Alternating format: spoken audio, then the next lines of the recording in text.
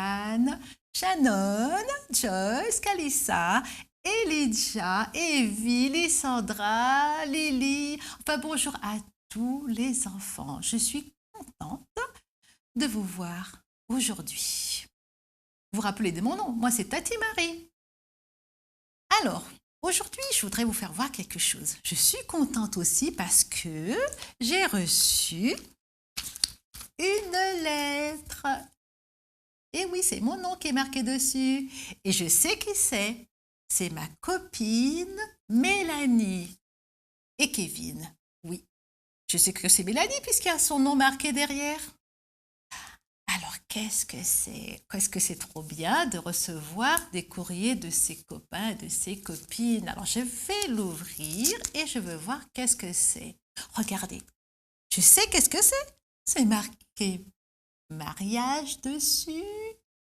Oh, je crois que ma copine Mélanie va se marier. Voyons voir. Qu'est-ce que c'est marqué? C'est un faire-part de mariage. Oh, il y a une carte dedans. Alors, je vais lire ce qui est marqué dedans. Mélanie et Kevin célébreront leur union en l'église adventiste de Lyon le dimanche 15 décembre 2019. Dans la joie, nous partagerons ce moment béni, suivi d'un vin d'honneur à l'issue de la cérémonie. Je suis trop contente, je suis invitée à un mariage. Et oui, je suis invitée. Qui parmi vous a déjà été enfant d'honneur à un mariage? Demoiselle d'honneur ou garçon d'honneur? Toi, Kathleen? Toi aussi, Kalissa. Et les filles sont superbes avec des jolies robes et des coiffures, waouh! Et les garçons avec leurs nœuds papillons, leurs cravates et leurs beaux costumes, ils sont trop classe.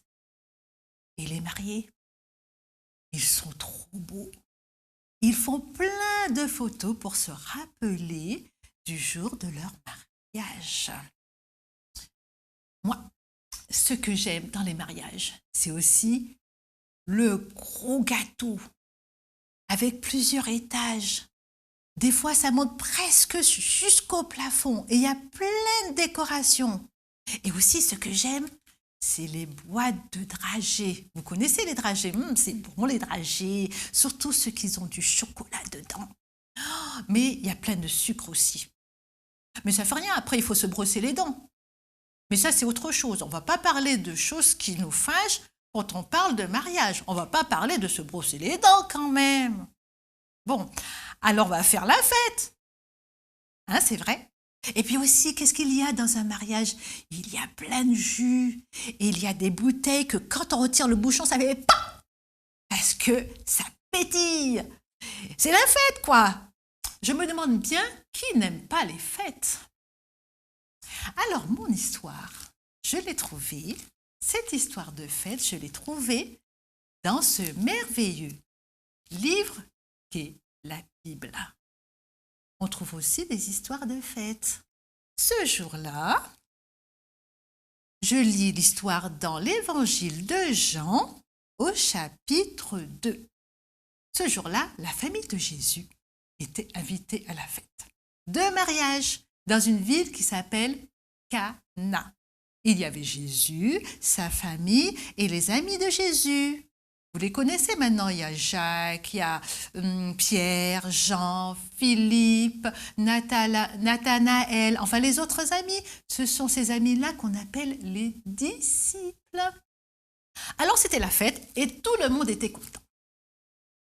Sauf que pendant la fête, il y a eu un petit problème. Vous vous demandez bien lequel, hein? Peut-être qu'il n'y avait plus assez de gâteaux. Eh ben non, c'était pas ça. C'est qu'il n'y avait presque plus rien à boire. Et la fête n'était pas finie. Oh là là, je pense que les invités ne vont pas être contents du tout. Et les mariés vont être tristes. Pourquoi? Parce qu'il n'y avait pas assez de boissons. Ils n'avaient pas prévu assez de boissons, mais comment ils vont faire? Ah, c'est embêtant. C'était déjà la nuit et les magasins sont fermés. Personne ne peut apporter des boissons. Oh, qui c'est qui va trouver une solution? Ah là là, est-ce que quelqu'un a une idée? Sandra, tu as une idée, toi? Et toi, Patrick, tu as une idée? Qu'est-ce qu'on va pouvoir faire? Alors, la mère de Jésus a eu une idée. Elle s'appelle comment, la mère de Jésus? Vous connaissez quand même. Elle s'appelle Marie, comme moi. Moi, je suis Tati Marie. Elle s'appelle comme moi. Alors, la maman, Marie, elle a réfléchi parce qu'elle voulait tellement apporter son aide. Elle connaissait bien les mariés. Elle ne voulait pas que la fête soit gâchée. Alors, elle a été voir Jésus. Jésus, il n'y a plus rien à boire. Qu'est-ce qu'on va faire? Alors Jésus l'a dit, mère. Oui, parce que vous savez, avant, on ne disait pas maman. Avant, hein, on ne disait pas maman, on disait mère. Alors il a dit, écoute mère, pourquoi tu me dis ça à moi? Mais qu'est-ce que tu veux? Ce n'est pas mon problème à moi, ça ne me concerne pas. Enfin, c'est quoi alors? Ça te concerne toi ou ça te concerne moi? En tout cas, ce n'est pas le moment pour moi. Et vous savez ce que Jésus a été faire? Elle a été voir ceux qui étaient au service. Elle a dit aux serviteurs, faites tout ce que Jésus vous dira de faire. Est-ce que c'est ça que Jésus a dit? Mais les mamans, elles savent beaucoup de choses.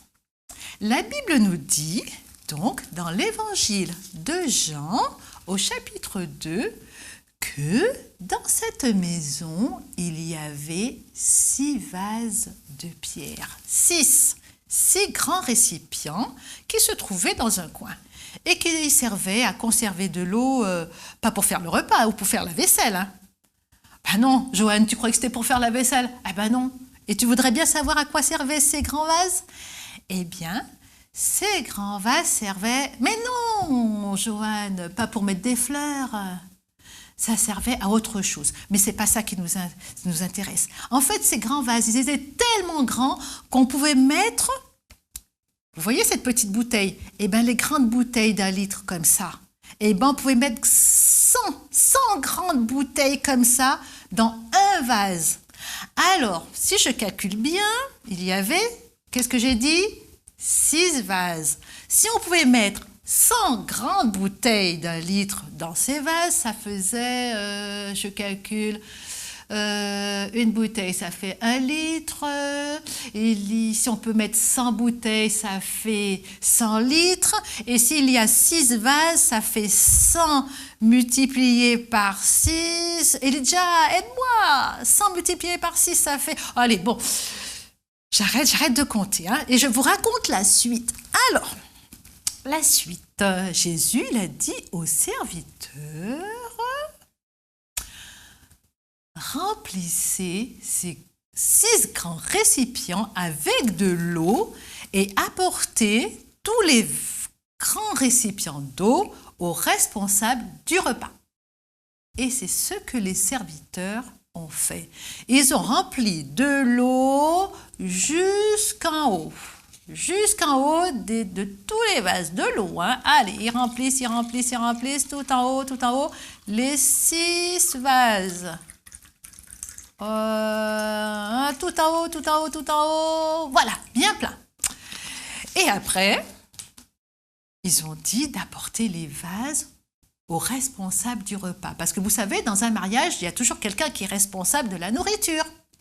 Alors les serviteurs, ils ont été apporter les 6 vases. Ouh là, c'est lourd ces vases, ouh là là, ils étaient rudement grands, oh, c'est lourd.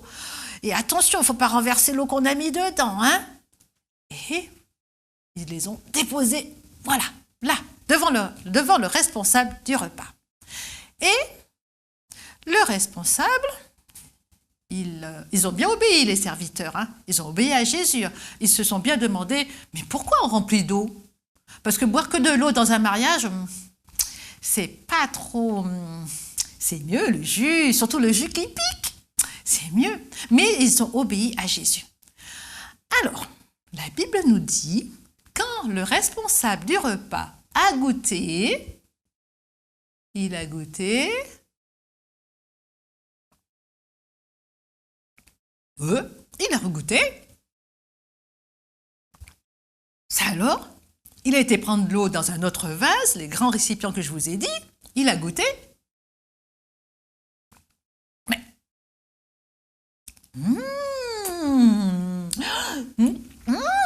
c'est super bon, ça a un goût de raisin super bon, spécial. Il n'avait jamais goûté quelque chose comme ça. Oh, alors il regoute. Ah, c'est trop bon. Mais c'est pas possible, c'est incroyable. Mais d'où il sort? D'où il sort ce jus? Mais il se pose vraiment des questions. Alors il pose des questions aux serviteurs. Mais d'où ça sort? C'est un vrai délice, il ne comprend rien.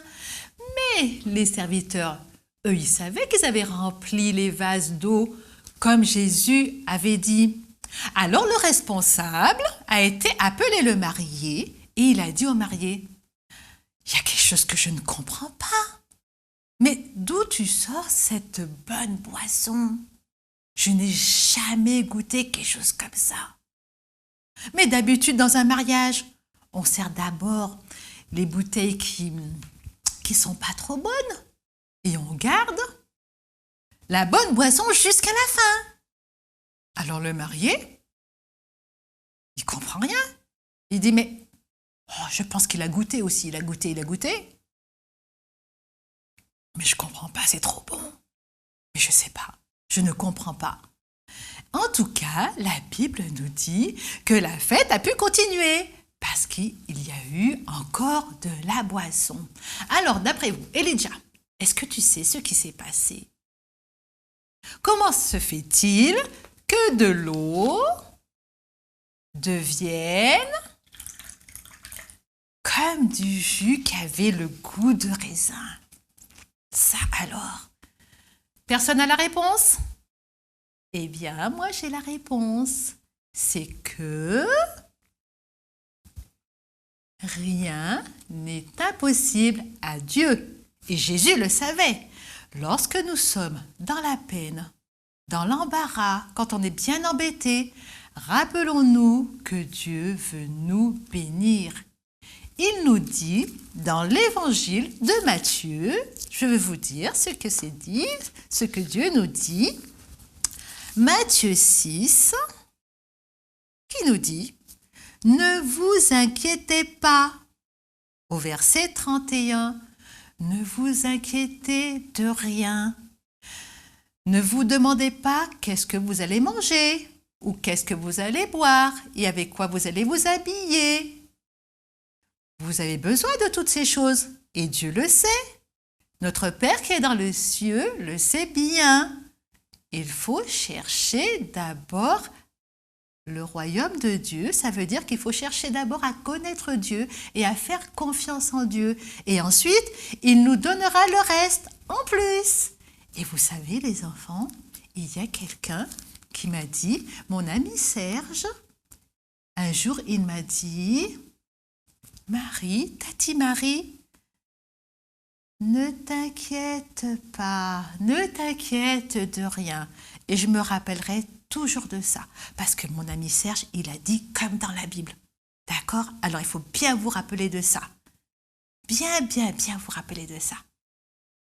Faisons confiance à Dieu. Et voilà, les enfants. L'histoire est terminée pour aujourd'hui. À bientôt alors pour une autre histoire de la Bible. Au revoir les enfants. Au revoir.